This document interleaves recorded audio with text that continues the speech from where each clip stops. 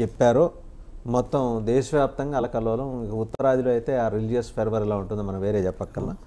And నిన్న కూడా నిరసన ప్రదర్శనలు భారీ ఎత్తున ప్లాన్ చేశారు, జేఏసీ ప్లాన్ చేసింది. అయితే చిట్ట చివరి విషయంలో ఏంటంటే ఆయన వెసులుబాటు, ఆయన వెళ్తే వెళ్ళొచ్చు, తప్పేం లేదు, డిక్లరేషన్ ఇచ్చి వెళ్ళండి.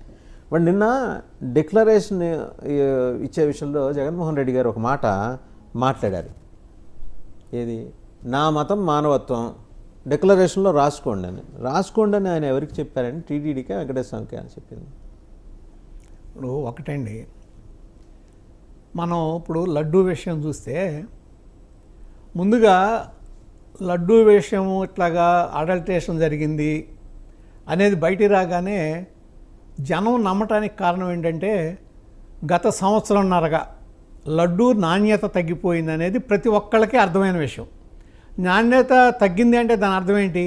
దాంట్లో వాడే మెటీరియల్ అది సరైనది కాదు, నాణ్యత తగ్గిందని దాని అర్థం. దాంతోపాటు ఇవాళ మనకి రాజ్యాంగం, మత సామరస్యం, అలాగే పరమత సహనం, ఇవన్నీ మనకి ఆర్టికల్ 25 నుంచి 28 వరకు దాని మీదే ఫ్రీడమ్ ఆఫ్ రిలిజియన్ ఇవన్నీ ఉన్నాయి. అయితే మనకి ఇది మతపరంగా మనకు వెసులుబాటు ఉంది, స్వాతంత్రం ఉంది కదా అని చెప్పి ఇతర మతాలని ద్వేషించటం కానీ, తక్కువ చేసి చూడటం కానీ, మాట్లాడటం కానీ తప్పు. ఇప్పుడు నిన్న జగన్మోహన్ రెడ్డి గారు మాట్లాడింది ఏంటి? ఆయన మతం ఏది మానవత్వం, డిక్లరేషన్లో రాసుకోండి. రాజకీయంగా ఇదివరకు ఇజాల గురించి మాట్లాడితే ఎన్టీ రామారావు గారు పార్టీ పెట్టినప్పుడు మీది ఏ ఇజం, కమ్యూనిజమా, సోషలిజమా, సెక్యులరిజమా, ఏ ఇజం అంటే ఆయన నాది హ్యూమనిజం అన్నాడు. అది రాజకీయం. ఇక్కడికి వచ్చేటప్పటికి నువ్వు దేవుడితో పెట్టుకుని నాది ఈ మతం ఇది అని చెప్పి చెప్పడానికి ఒక పక్కన నువ్వు క్రిస్టియన్ అని చెప్పుకుంటున్నావు, తప్పులేదు. ఎవరైనా ఏ మతమైనా పాటించవచ్చు, ఆ మతాన్ని పాటించవచ్చు, పరమతాన్ని సహనంగా వాళ్ళకున్న ఏదైతే ఇతర మతాలకు ఉన్న వాళ్ళ ఆచారాలు, వాళ్ళకున్న ఇవన్నీ కూడా మనం గౌరవిస్తా, ఆ మతాన్ని గౌరవించాలి. పైగా మొన్నటిదాకా నువ్వు ముఖ్యమంత్రిగా ఉండి నేను ఆ రోజున వెళ్ళాను అంటే నువ్వు ముఖ్యమంత్రిగా ఉన్నప్పుడే, ఒక రాజ్యాంగ రక్షకుడుగా ఉన్నప్పుడే తప్పు చేసావని అర్థం. ఆ తప్పును ఇప్పటికైనా సరి చేసుకునే అవకాశం ఉన్నప్పుడు సరి చేసుకుంటానికి మీకేంటి అభ్యంతరం? ఇప్పుడు అబ్దుల్ కలాం గారు సంతకం పెట్టారు, అరే ఫరూక్ అబ్దుల్లా గారు నాకు దేవుడి దగ్గరికి నా నమ్మకం ఉందని నా సంతకం పెట్టారు. మీరు తిరుపతి దర్శనానికి షరీఫ్ గారు అంతకుముందు కేంద్ర రైల్వే శాఖ మంత్రిగా ఉండేవారు, కర్ణాటక. అవును, షరీఫ్ గారు. ఆయన అక్కడ పెట్టకపోతే తిరుమల నుంచి ఆఫీసర్స్ అక్కడికి వెళ్ళి కర్ణాటక వెళ్ళి ఆయన చేసి సంతకం పెట్టుకుని వచ్చారు. అవును, అది ఆయన పెద్ద మనిషే, మరి ఆయన పెట్టాడు కదా. మనకి సౌత్ ఇండియాలో చాలా దాంట్లో non Hindus are not allowed అని బోర్డు ఉంది బయట. అది తప్పులేదు. ఇప్పుడు మక్కా ఉందండి, మక్కాకి ఇతర మతాలలో ఎప్పుడు పడితే అప్పుడు ఇదే అటైర్లో వెళ్తానంటే వాళ్ళు ఊరుకుంటారా? ఊరుకోరు. అదే కదా, కొన్ని మతాలకి కొన్ని ప్రత్యేకమైన ఆరాధనా స్థలాలకి కొన్ని సిస్టమ్స్ ఉంటాయి, దాన్ని పాటించాలి. అది పరమత సహనం అంటే దాన్ని అంటారు. ఇప్పుడు ఒక జగన్మోహన్ రెడ్డి గారు ఒక పార్టీ నాయకుడిగా ఉండి, అధినేతగా ఉండి, మొన్నటిదాకా ముఖ్యమంత్రిగా ఉండి, ఇప్పుడు ప్రతిపక్ష నాయకుడిగా ఉండి, మీ అంతటా మీరే ఒక పవిత్రమైన దేవస్థానంలో, ఒక తిరుపతిలో కొన్ని ఆచారాలు ఇవన్నీ ఉంటే దాన్ని మీరు వైలేట్ చేస్తా, పైగా నా మతం మానవత్వం అంటే అందరూ మానవత్వమే అందరిది. మరి అటువంటిప్పుడు మీరు నేను ఇంట్లో బైబిల్ చదువుతాను, బైబిల్ ఇంట్లో చదవక్కర్లా, బయట కూడా చదువుకోవచ్చు, చర్చికెళ్ళి చదువుకోవచ్చు. మీ మతం అనేది అది దాచుకోవాల్సిన విషయం లేదు, విషయం కాదు, గర్వించాల్సిన విషయమే. అయితే ఎట్ ది సేమ్ టైం ఇతర మతాలని మీరు గౌరవించాలి, వాళ్ళ ఆచారాలను గౌరవించాలి. ఏదన్నా మీరు ఒక గుడికి వెళ్ళినప్పుడు ఆ గుడికి ఏ అయితే సాంప్రదాయాలు ఉంటాయో ఆ సాంప్రదాయాలను పాటించాలి. పాటించినప్పుడు మీరు వెళ్ళటం అనవసరం. అది వదిలేసి ఇవాళ ఈ విధంగా మాట్లాడతామంటే నిజంగా హాస్యాస్పదం. ఇది రాజకీయం చేసింది చంద్రబాబు గారు అనుకుంటా నేను. ఇవాళ రాజకీయం చేయడానికి ట్రై చేసింది జగన్మోహన్ రెడ్డి గారు. ఇవాళ గుళ్ళో పూజలు అంటున్నారు. అంటే he was forced to do that. ఎందుకంటే ఏ సిబిఐలు, ఈడీలు, కోర్టులు చేయలేని పని స్వామివారి లడ్డు చేసింది. అంటే స్వామివారి లడ్డు అంటే తప్పు చేశారు, దొరికారు. ఇప్పుడు తప్పు చేశారు, దొరికారు. మీకు నందిని డైరీ ఇస్తుంది చాలా కాలం నుంచి. అదేమి ప్రైవేట్ డైరీ కాదు, సహకార సంఘంలో సహకార సంఘం, ప్రైవేట్ డైరీ కాదు అది. దాని మీద గవర్నమెంట్ అజమాయిషి ఉంటుంది. వాళ్ళేమి మీకు కిక్ బ్యాక్స్ ఇవ్వరు. మేము కేజీ ఎంత కమ్మాము, మాకు 100 రూపాయలు ఇమ్మంటే ఇవ్వరు. కిక్ బ్యాక్స్ ఉండవు, నాణ్యత ఉంటుంది. మీరు దేన్ని ఆశించి, ఏ విధంగా దేన్ని ఆశించి మీరు అంతకుముందున్న టెండర్ నిబంధనలు మార్చారు. మామూలుగా మీకు 250 కోట్లు టర్న్ ఓవర్ ఉండాలి, దాన్ని 150 కోట్లకి తగ్గించారు. 3 సంవత్సరాలు నెయ్యి సప్లై చేసిన వాళ్ళకి చరిత్ర ఉండాలి, దాన్ని సంవత్సరానికి తగ్గించారు. మరి ఇవన్నీ ఏం ఆశించేశారు? మీకు ఏదైనా ఒక నేరం జరిగిందా జరగలేదా అంటే దాని వెనకమాల ఉన్న జరిగిన పరిస్థితులు ఏంటనేది రుజువు చేస్తాయి. ఇప్పుడు ఇక్కడ ఉన్న పరిస్థితులు ఏంటి? మీరు టెండర్ నిబంధనలు మార్చేశారు, ఇవన్నీ మార్చేశారు. ఇవన్నీ ఒక్కళ్ళకి అనుకూలంగా ఎందుకు జరిగినాయి? అట్లాగే సేమ్ ఇప్పుడు నేను ఉన్నాను, సపోజు నేను వెళ్ళిపోయి 300కి ఇస్తానంటే నాకు ఇచ్చేస్తారా? నా వెనకమాల నేను నా చరిత్ర ఏంటి, ఈ వ్యాపార చరిత్ర ఏంటి, నాకు అనుభవం ఉందా లేదా, సరైన డైరీ ఉందా లేదా, సొంత డైరీ ఉందా లేదా, ఈ సొంత డైరీకి ఇదే అని చెప్పి బ్యాక్గ్రౌండ్ చెక్ ఉండదా? ఖచ్చితంగా ఉంటుంది, ఉండాలి కూడా. మరి అవన్నీ లేకుండా ఏ విధంగా ఇచ్చారు? ఇప్పుడు అదొకటి. ఏదైతే జూలై 12 జగన్మోహన్ రెడ్డి గారు ఒకటి అన్నీ హాఫ్ ట్రూత్స్ చెప్తున్నారు, సగం సగం నిజం చెప్తున్నారు, మిగిలినంత అబద్ధం చెప్పి తప్పించుకోవడానికి ట్రై చేస్తున్నారు. ఇక్కడ తిరుపతికి 4 ట్యాంకర్స్ వచ్చినాయి జూలై 12న. దాన్ని ఒకసారి అంతకుముందు ఒక ట్యాంకర్స్ వచ్చినాయి. అక్కడ తిరుపతిలో ఉన్న ఏంటంటే టెస్టింగ్ ల్యాబ్స్ ఏంటంటే జస్ట్ ఫ్యాట్ ఉందా లేదా, లేకపోతే నీళ్ల పర్సంటేజ్ ఎంత, ఇంతవరకే. ఇన్డెప్త్ చేసే అంత అక్కడ ఏది టెస్టింగ్ ల్యాబ్ లేదు. దాంట్లో పాస్ అయ్యి వాడేశారు. వాడేసిన తర్వాత భక్తుల నుంచి కంప్లైంట్ వచ్చింది, ఏదో తేడా ఉంది, ఇది సరిగ్గా లేదని. అప్పుడు జూలై 12న వచ్చిన ట్యాంకర్ 4 ట్యాంకర్స్ వస్తే వాటిని ఎన్డీడీబీ ల్యాబ్కి పంపించారు. అది పంపిస్తే జూలై 20 ఇప్పుడు 23 వచ్చింది దాని రిపోర్ట్స్. వచ్చినప్పుడు కల్తీ జరిగింది, యానిమల్ ఫ్యాటు అట్లాగే సోయా ఇవన్నీ కలిసినట్టు ఉన్నాయి, అడల్ట్రేషన్ జరిగిందని చెప్పారు, ఆపేశారు. అప్పుడు దీని వెనకాల ఇంకోటి కొత్తగా బయటపడింది ఏంటంటే ఒకే లారీ 12వ తారీఖు వచ్చిన లారీనే, అంతకుముందు వచ్చిన లారీనే మళ్ళా 12వ తారీఖు అంటే 2 రోజుల్లో దిండిగల్ నుంచి అదే లారీ మళ్ళీ అట్లా వచ్చింది. రైట్. మీకు రావడానికి అవకాశం లేదు, వెళ్ళాలి, లారీ అన్లోడ్ చేయాలి, తర్వాత అక్కడికి వెళ్ళాలి, క్లీన్ చేయాలి, క్లీన్ చేసిన తర్వాత తీసుకురావాలి, ఇవన్నీ ఉన్నాయి. ఇక్కడ లారీలకు కూడా 3 లేయర్స్ ఉంటాయి నేతికి. 3 నుంచి శాంపుల్స్ తీసి 3 కలిపి టెస్ట్ చేయాలి. అట్లా చేశారా చేయలేదా, లేకపోతే ఒక లేయర్లో మంచిది ఉంచి మిగిలిన లేయర్లో అడల్ట్రేషన్ ఉంచారా? ఇవన్నీ కూడా ఇప్పుడు రేపు ఈ సిట్ దీంట్లో ఇవన్నీ భేటీ అవుతున్నది. ఇవన్నీ త్రిపాఠి గారు ఆల్రెడీ తిరుమల చేరుకున్నారు ఆయన అక్కడికి. సో ఆ టీము ఇనీషియల్ మీటింగ్ ఈరోజు ఉంది. 2-3 రోజులు ఫుల్ స్కేల్ యాక్టివిటీ ఈ మొత్తం తేలుతుంది. ఇది వదిలేసి ల్యాబ్కి పంపించామన్నారు ఒకటి, మైసూర్ ల్యాబ్ పంపించామన్నారు. అసలు పంపించలేదని టీటీడీ ఇచ్చింది. మేము ఎప్పుడు బయట ల్యాబ్ పంపించలేదు అనేది. ఇవన్నీ ఇప్పుడు ఇన్ని అబద్ధాలు ఎందుకు చెబుతున్నారు? దీనికి అవసరం ఏంటి? తర్వాత మొత్తం టీటీడీలో ఇప్పుడు ఆ ధర్మారెడ్డి ఎవరు, అసలు ఎందుకు తీసుకొచ్చారు, ఏంటి ఆయన స్పెషాలిటీ? ఆయన్ని తీసుకొచ్చి టీటీడీలో మీరు స్పెషల్ ఆఫీసర్గా వేసి తర్వాత ఆయన్ని ఫుల్ ఛార్జ్ ఈవోగా వేశారంటే ఏంటి ఆయనకున్న స్పెషాలిటీ ఏంటి? ఇంతకు ముందు ఎంతెంత గొప్ప వాళ్ళు పివిఆర్కే ప్రసాద్ గారు ఇటువంటి సీనియర్ ఐఏఎస్లు, దేవుడంటే భక్తి ఉన్నాళ్ళు, ఒక సనాతన ధర్మం గురించి తెలిసినాళ్ళు, ఆచార వ్యవహారాలు తెలిసినాళ్ళు. ఈయన ధర్మారెడ్డికి ముందర అనిల్ సింఘాల్ గారు వీళ్ళందరూ ఉన్నప్పుడు మీరు నాన్న ఐఏఎస్ని తీసుకొచ్చి ఈ స్టేట్ క్యాడర్కి సంబంధం లేని వాళ్ళని తీసుకొచ్చి మీరు అక్కడ వేయటంలో ఉద్దేశం ఏంటి? దానికి తోడు ఇంతకుముందు మధ్యలో మీరు తిరుమలకి లైట్లు పెడతాము కింద నుంచి పైకి వెళ్ళటానికి అని పెట్టి అది క్రాస్ లాగా వస్తే ఆ నమూనా చూసి కొన్ని ఆధ్యాత్మిక సంఘాలు గొడవ చేస్తే ఆపేశారు. ఈ ఐడియాలన్నీ ఎందుకు వస్తున్నాయి? ఇటువంటి ఐడియాలన్నీ రావడానికి కారణం ఏంటి? ఇంటర్నేషనల్ మిషనరీస్ కాన్స్పరసీ థియరీ ఏదైనా ఉందంటారా? డెఫినెట్గా ఉంటుంది ఇది. మీకు ఒకటి, తిరుమల పవిత్రతను తగ్గించడానికి ప్రయత్నం జరిగిందనేది మాత్రం ఖచ్చితంగా చెప్పచ్చు మనం. ఎందుకంటే ఇవాళ ఇప్పుడు చూసాము, ఇవాళ 65 సంవత్సరాలు దాటిన సీనియర్ సిటిజన్స్కి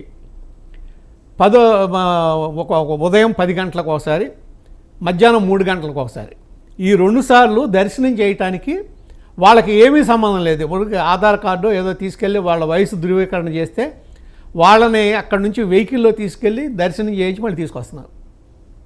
ఇప్పుడు జరుగుతుంది ఈ గవర్నమెంట్ వచ్చిన తర్వాత. ఇంతకుముందు అవన్నీ లేవు. స్పెషల్ దర్శనాలకి ఎక్కువ మీరు పైరువేలకి ఇచ్చారు తప్ప వందలు లక్షలు చేశారు. కానీ ఇక్కడ ఒకటి ఎందుకు ప్రయత్నం జరిగింది అంటున్నానంటే, మీరు లడ్డూ ధర పెంచేశారు, సైజు తగ్గించారు. అంతకుముందు 25 రూపాయలు ఉంది, 50 రూపాయలు చేశారు, సైజు తగ్గించారు, క్వాలిటీ తగ్గించారు. ఇంతకుముందు కింద నుంచి నడిచి వెళ్ళేటప్పుడు వాళ్ళకి దర్శనాది ఫ్రీగా ఉండేది, దాన్ని తీశారు. తిరునామాలు పెట్టేవాళ్ళు, భక్తులకు వచ్చినప్పుడు తిరునామాలు పెట్టేవాళ్ళు. అంటే అదొక ఆధ్యాత్మిక వాతావరణం క్రియేట్ చేయటం. దాన్ని ఎందుకు తీశారు చెప్పమనండి నాకు. జగన్మోహన్ రెడ్డి గారి హయాంలో ఎందుకు తీశారు? మళ్ళీ ఇవాళ ఎందుకు వచ్చినాయి అంటే ఆధ్యాత్మిక వాతావరణాన్ని దెబ్బతీయటానికి ప్రయత్నం జరిగిందనేది మాత్రం దాంట్లో అనుమానం లేదు.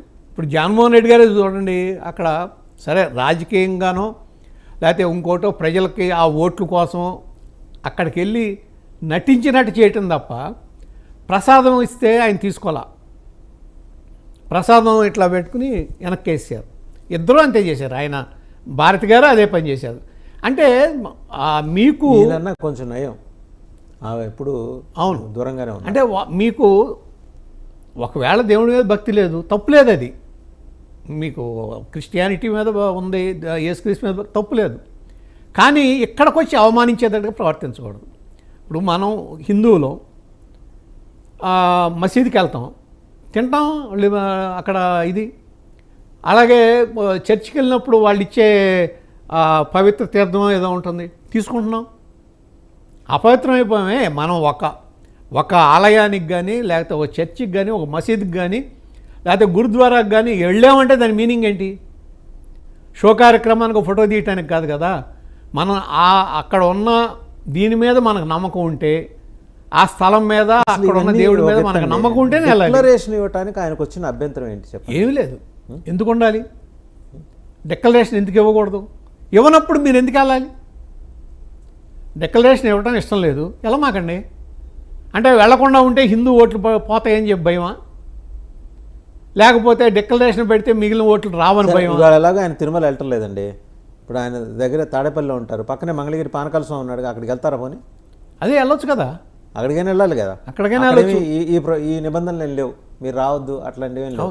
ఆయనకు ఒక సంప్రదాయం ఉంది. అది నేను అనేది అదే. నమ్మకం ఉంటే అక్కడికైనా వెళ్ళొచ్చు కదా అంటాను. ఈయనకు నమ్మకం లేదు, నమ్మకం లేదు కానీ ఉన్నట్టు చూపించడానికి ట్రై చేస్తున్నారు. అది రాంగ్. మీకు లోపల ఏది ఉందో అది చెప్పడంలో తప్పు లేదు. నాకు క్రిస్టియానిటీ ఇష్టం, ఓకే, తప్పు లేదు. పరమత సహనం ఉండాలి, ఇంకో మతాన్ని కూడా మనం గౌరవించాలి. ఒక మనిషిగా హ్యూమనిస్ట్ అంటున్నారు కదా ఆయన ఏంటి మానవత్వం అంటున్నాడు కదా. మానవత్వం ఉన్నాడు, మరి ఈ గుడికి వెళ్ళినప్పుడు కూడా నువ్వు సంతకం పెట్టాలిగా. నాకు అందరి దేవుళ్ళు సమానమే అనేదట్టు ఉండాలి కదా. వాటికొస్తే మీరు గురువాయూరప్ప ఆలయానికి వెళ్తే అక్కడ చొక్కా తీసేసి మీరు లోపలికి ఎంటర్ అవ్వాలి. ఆలయ ధర్మం. శబరిమల అంతే, ఇరుముడు పెట్టుకుంటేనే 18 మెట్లు ఎక్కాలంటే అంతే. ఇప్పుడు అక్కడ తిరుపతిలో కూడా ఇవాళ పంచి కట్టుకుందా రానివ్వట్లా. మరి మీరు ఎందుకు వెళ్తున్నారు? ప్యాంటు షర్ట్ ఎందుకు వెళ్ళా? ఇప్పుడు జగన్మోహన్ రెడ్డి గారు పంచి కట్టుకునే వెళ్ళారు కదా, ప్యాంటు షర్ట్ ఎందుకు వెళ్ళా? అట్లాగే కదా డిక్లరేషన్ కూడా. ఇప్పుడు అక్కడ ఒక ఆనవాయితీ ఆచారం ఉంది. మీకు ఆ ఆచారాన్ని నేను 5 సార్లు వెళ్ళాను, 4 సార్లు సబ్మిట్ చేశానని చెప్పి కరుణాకర్ రెడ్డి గారు చెబుతున్నా. అంటే 4-5 సార్లు మీరు దేవుడిని ధిక్కరించారా? ఆచారాలను ధిక్కరించారా? మీరు ఒక ప్రభుత్వ అధినేతగా ఉండి నలుగురికి మార్గదర్శకంగా ఉండాల్సిన వాళ్ళు ఆ విధంగా చేయకుండా ధిక్కరించి మళ్ళీ పైగా మేము ఆ రోజున వెళ్ళాం కాబట్టి వాళ్ళు కూడా వెళ్తామని అనటంలో అర్థం ఏంటి? అసలు అది ఒక విధంగా చెప్పాలంటే అర్థం పర్థం లేని వాదన కదా. వైసీపీ వాళ్ళ తెర మీద తీసుకొస్తున్న ఇంకొక అంశం ఏంటంటే మొన్న ఈ మధ్య హోంమంత్రి అనిత గారు వెళ్ళారు, ఆవిడే డిక్లరేషన్ ఇవ్వలేదు అనే మాట వాళ్ళు తీసుకొస్తున్నారు. ఇవ్వాలి కదా, ఆవిడ కూడా ఇవ్వాలి కదా. ఆవిడ క్రైస్తవ సంప్రదాయాన్ని ఫాలో అవుతారు. ఆ ఒక్క రీజన్ వల్లే కదా లాస్ట్ టైం ఆవిడకి టీటీడీ నామినేట్ అయినా సరే తర్వాత మళ్ళీ ఆమె కాదనుకొని ఇంకొక వేరే వాళ్ళని అకామిడేట్ చేశారు. మరి ఆ స్పృహ ఉన్నప్పుడు వీళ్ళు అడుగుతున్నారని కాదు, కానీ మరి వాళ్ళు కూడా అలాగే చేయాలి. ఇచ్చారేమో తెలియదు కదా మనకి, వాళ్ళు అంటున్నారు కానీ ఇయ్యలేట. ఆమె నేరుగా దర్శనానికి వెళ్ళిపోయారు, వచ్చారు, తర్వాత ఇచ్చి ఉంటారు, మనకు అది తెలియదు కదా. ఈ వివాదం జరుగుతోంది తెర మీదకి వచ్చిన క్రమంలో అంతకుముందు 4-5 రోజుల క్రితం వీళ్ళు ఏదో అంటున్నారు కానీ అది దాని మీద తెలుగుదేశం కూడా క్లారిటీ బయటికి రావాలి. ఒకవేళ అవసరం అయితే ఇస్తారు, ఇవ్వకపోతే ఇస్తారేమో, అది వేరే సంగతి. ఇక్కడ ఏంటంటే వివాదం వచ్చింది కాబట్టి. రెండోది ఏంటంటే అన్ని చోట్ల అడిగారు. ఇప్పుడు ఒకసారి మొన్న పేపర్లో చదివా, రాజశేఖర రెడ్డి గారు ఇట్లాగే ఎవరి దగ్గర తీసుకెళ్తే కోపడ్డారు, ఎందుకు తీసుకొచ్చారని. అప్పటి నుంచి కూడా ఆచారాలు కొద్దిగా తగ్గి వాళ్ళ హుందాతనాన్ని పెంచుతుంది. వాళ్ళు సంతకం పెట్టి వెళ్తే ఒక అబ్దుల్ కలాం గురించి, ఒక జాఫర్ షరీఫ్ గురించి వాళ్ళు మనం మాట్లాడుకుంటున్నామంటే, అలాగే ఒక ఫరూక్ అబ్దుల్లా గురించి మాట్లాడుకుంటున్నాం, హుందాతనం పెంచే. అంటే మనం రాజ్యాంగాన్ని గౌరవిస్తున్నట్టండి. మత సహనం ఉండాలి, పరమత సహనం ఉండాలి. ఇప్పుడు ఉన్న మీరు మత సహనం అంటే దాని అర్థం మెజారిటీ మతాన్ని అవమానించమని కాదు, లేకపోతే మెజారిటీ మతస్థులను అవమానించమని కాదు.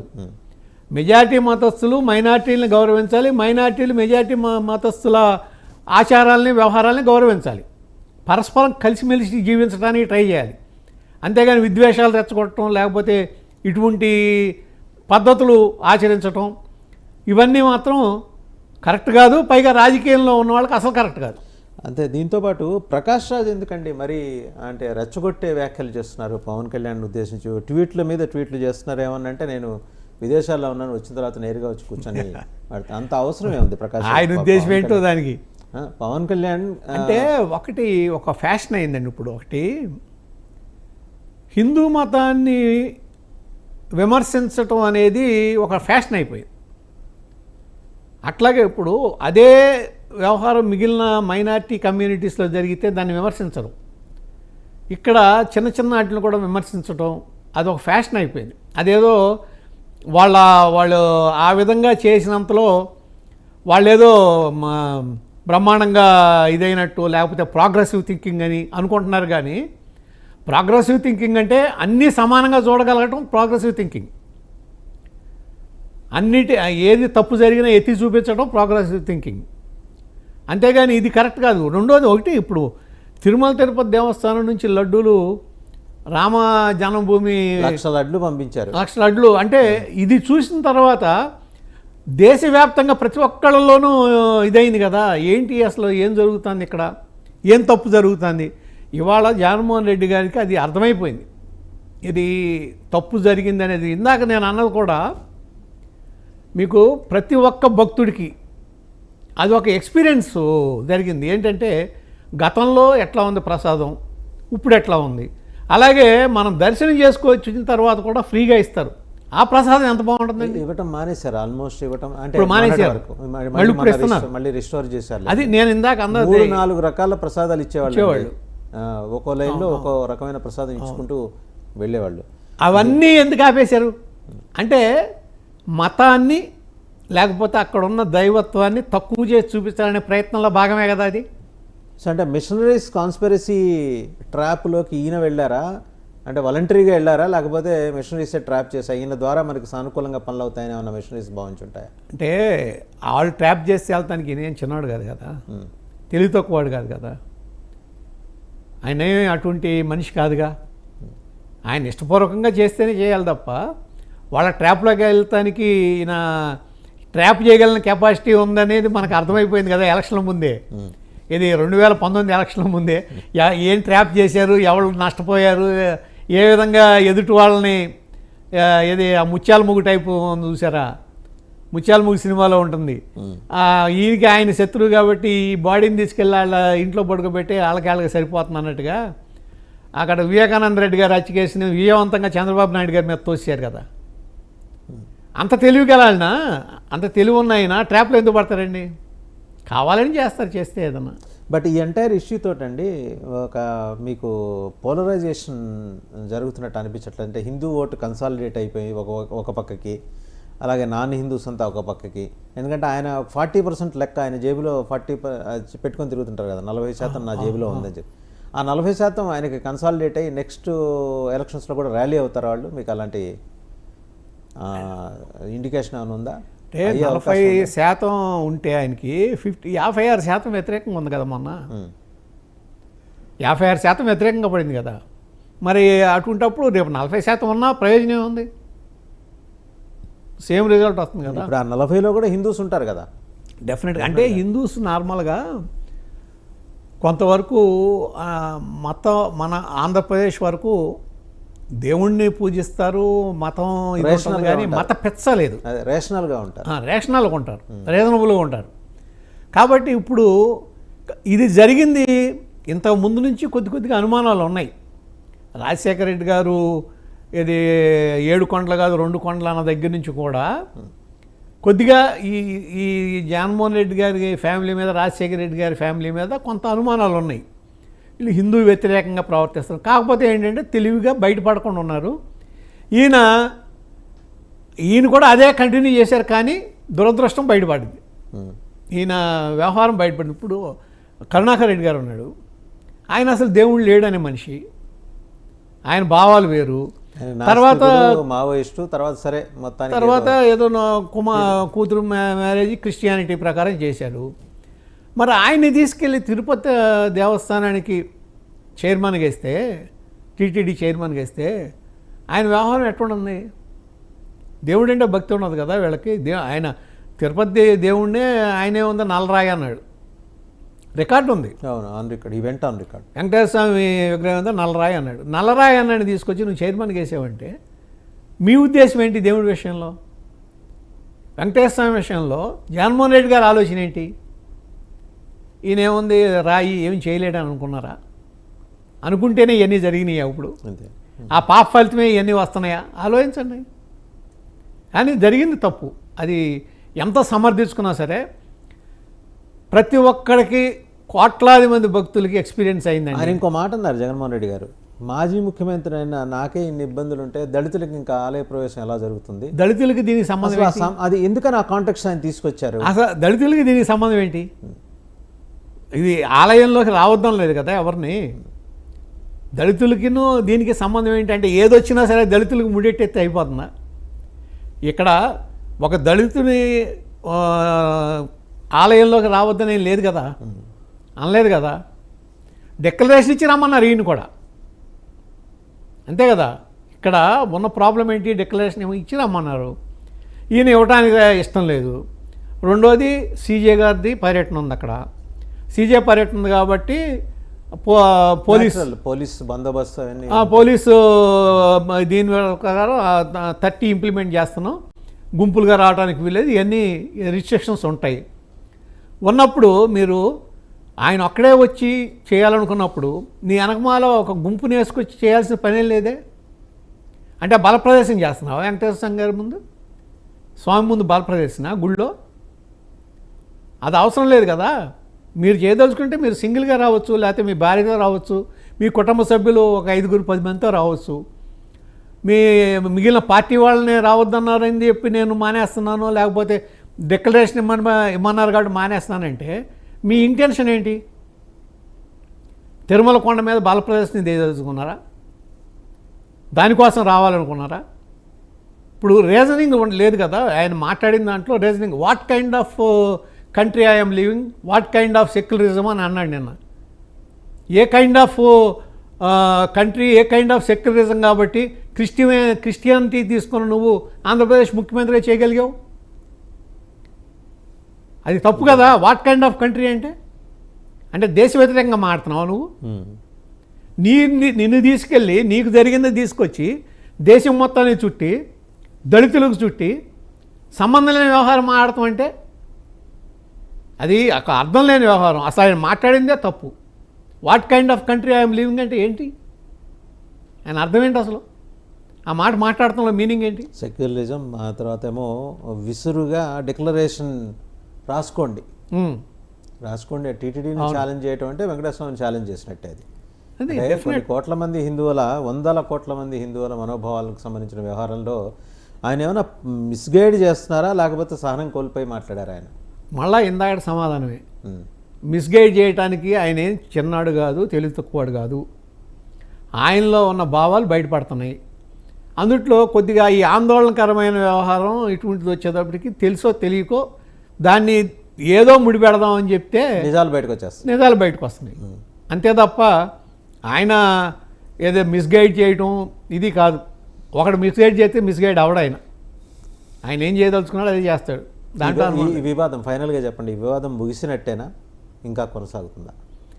వివాదం ఏమున్నదండి, రేపు సిట్ దర్యాప్తు మొదలైన తర్వాత ఇన్డెప్త్ మొత్తం అసలు ఏం జరిగింది అనేది బయటకు వస్తుంది. అన్నీ బయటకు వచ్చిన తర్వాత చాలామంది బుక్ అయిపోతారు దీంట్లో. ఏంటంటే ఇప్పుడు ఎక్కడి నుంచి చేశారు, నెయ్యి కల్తీ ఎలా కనిపెట్టారు, లేకపోతే మొన్న వచ్చిన ట్యాంకరు అక్కడి నుంచి వచ్చిందా, లేకపోతే వేరే ఆంధ్రప్రదేశ్లో ఉన్న వైష్ణవి డైరీ నుంచే మళ్ళీ వస్తుందా, వైష్ణవి డైరీ నుంచి వస్తే అది దిండిగల్ నుంచే అనేది ఎందుకు వచ్చింది, ఈ కల్తీకి కారణం ఎవరు, ఇవన్నీ ఒక్కొక్కటి ఖచ్చితంగా బయటకు వచ్చేస్తాయి. బయటకు వస్తాయి. రివర్స్ టెండరింగ్ వ్యవహారం బయటకు వస్తుంది. ఈ